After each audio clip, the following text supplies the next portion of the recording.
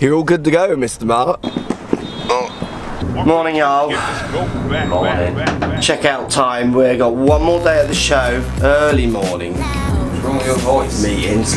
Last night was slightly shouty, wasn't it? And another thing. So we're checking out of this hotel. We're then moving north. But I got a morning meeting with TaylorMade this morning. And then a full day of filming.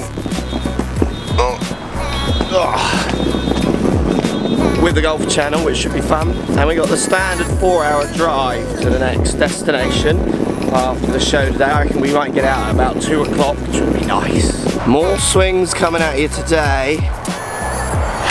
This guy's got some funky wrist angles, which I will feel if we sort them out could really, really help him. The show's been interesting. I'm not a massive fan of trade shows. I don't like getting too close to the manufacturers. I like to get their info but then take everything away and do all the testing and what have you in my own trousers. Also, there is just lots of stuff that is just so throwaway, with lots of people trying to tell you it's the best thing in the world. I'm not very good at being sold at. I can be a little grumpy.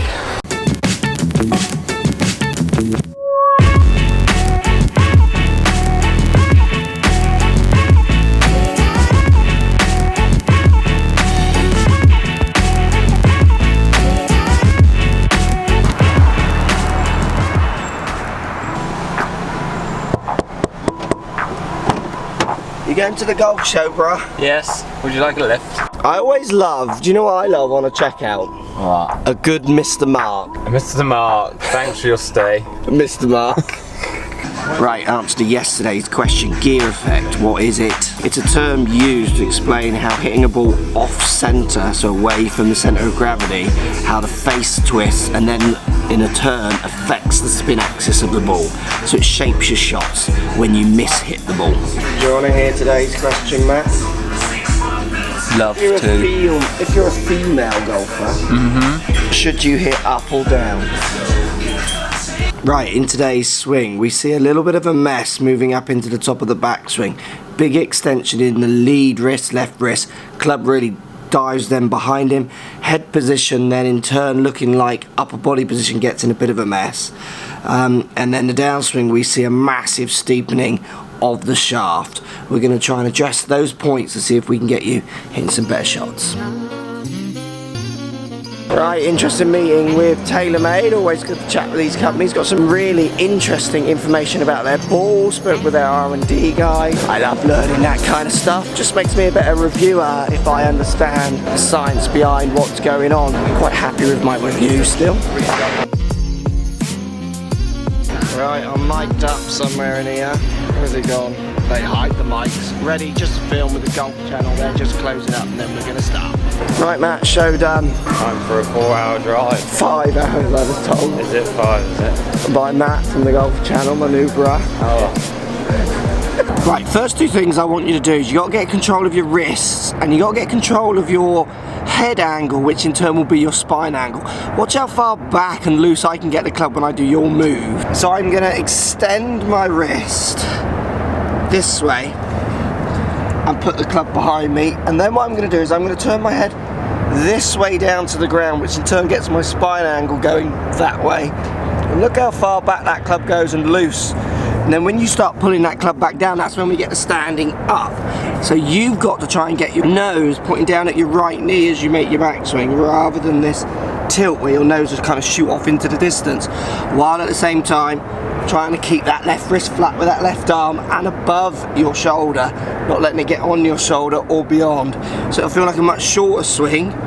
So nose down towards right knee, while keeping that wrist as flat as you can. That'll make it almost impossible to get this really loose backswing, and it'll give us a chance of trying to change that reconnection you have on the downswing, standing that club up.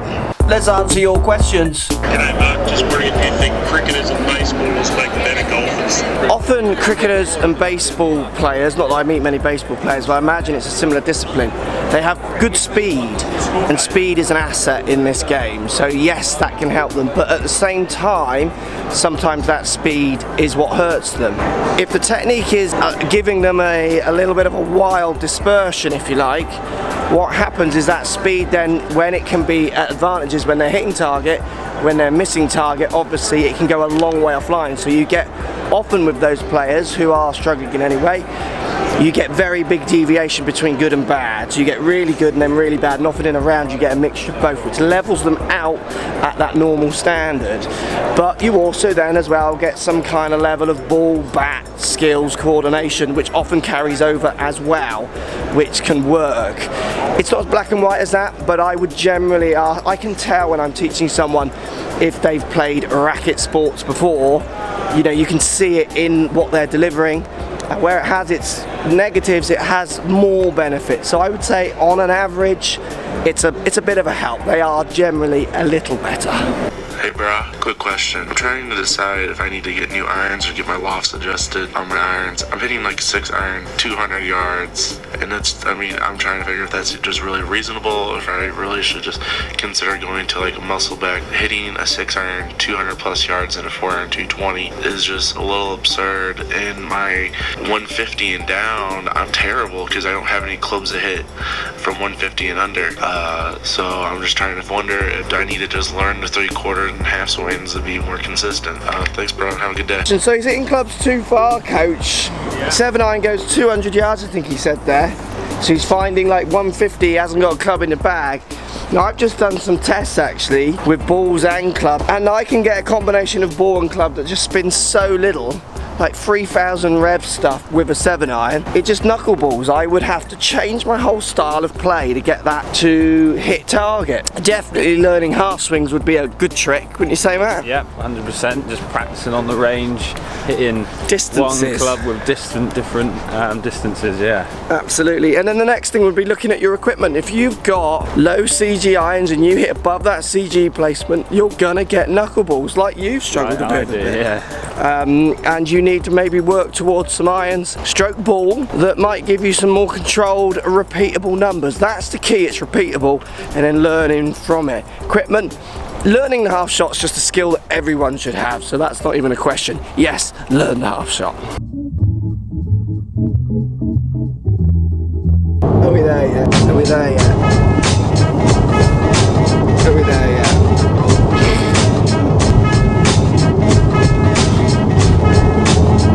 There yet.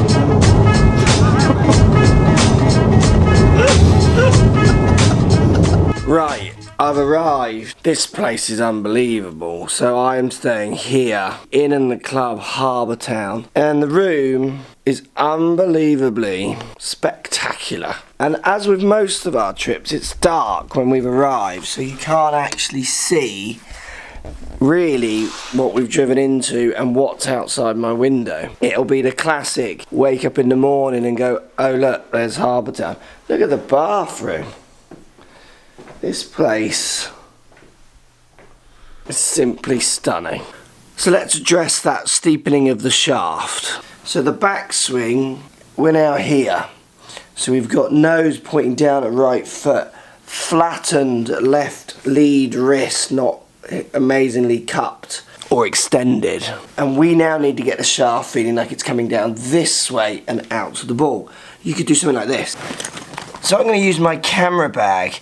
So I'm going to get into my backswing position, and I can feel my camera bag moving down by my right butt cheek, if you like, and I'm going to let it fall down my back of my right leg, and then I would spin my camera bag out to where the ball would be.